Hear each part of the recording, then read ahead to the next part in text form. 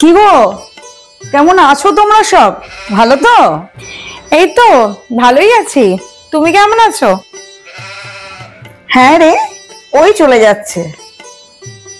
আজকালকার মেয়েরা সব প্রণাম টোনাম করতে সব ভুলেই গেছে, বুঝলে দিদি?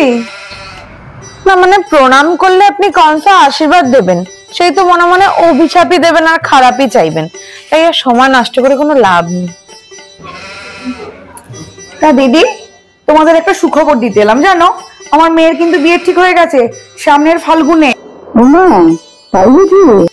হ্যাঁ গো, একটা ভালো পাত্র পেলাম।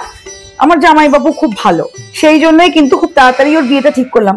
তা তোমার মেয়েও তো বয়স ভালোই হয়েছে দেখছি, বিয়ে টিয়ে ঠিকঠাক করছো নাকি? দেখাশোনা চলছে? বেশি বয়স হয়ে গেলে আবার কিন্তু ভালো ছেলে পাবে না। মানে তোমাকে তো চিন্তা করতে হবে না, যার মেয়ের বিয়ে না তাকেই চিন্তা করতে দাও।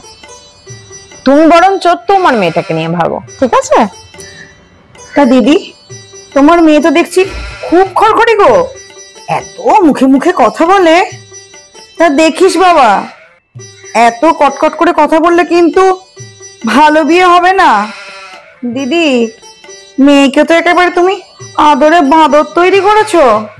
দেখো বাবা, ভালো ছেলে জুটলে হয়।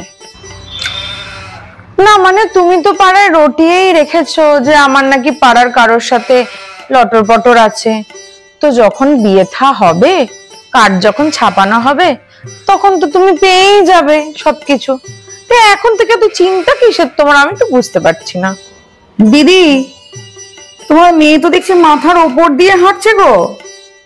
এতটাও লাই দিয়ে মাথায় তুলো না, তাহলে কিন্তু আর শ্বশুর ঘর করতে হবে না ওকে, মনে রেখো।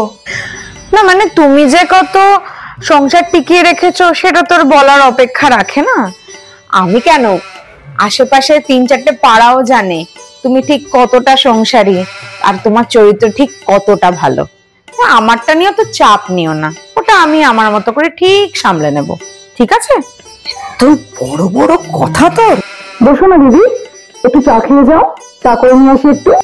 না থাক দিদি, চা আর লাগবে না। তোমার মেয়ের যে কথা, ওই কথাতেই তোমার পেটটা ভরে গেল। আজ আসি, বুঝলে?